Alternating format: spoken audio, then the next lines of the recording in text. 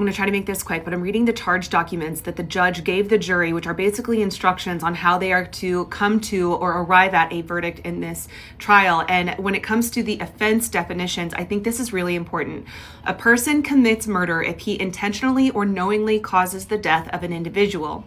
I think that one would be hard to prove, and that is the one where I would find some doubt when it comes to Carmelo's guilt. However, a person also commits murder if he intends to cause serious bodily injury and commits an act clearly dangerous to human life that causes the death of an individual. And I think that's where I, as a juror, would find the guilt to be there. And also says a person commits manslaughter if he recklessly causes the death of an individual. I also could see how that could be true. So I don't know. My personal opinion, I think he is going to be found guilty.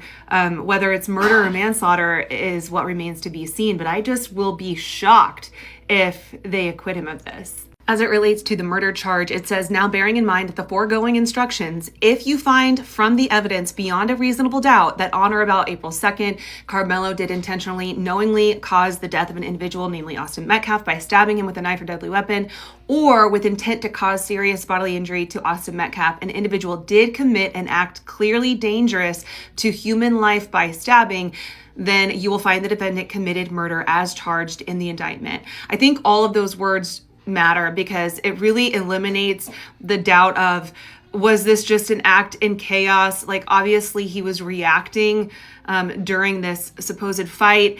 He made a choice and that choice resulted in death. So whether it was an intentional act or knowingly causing the death, and he just happened to die, even if he didn't mean to stab him in the heart, but yet he did, I think that there's reason enough for the jury to find him guilty as it pertains to this charging document. But it goes on to say, if you do not so believe, or if you have reasonable doubt thereof, you will next consider whether he committed the lesser included offense of manslaughter.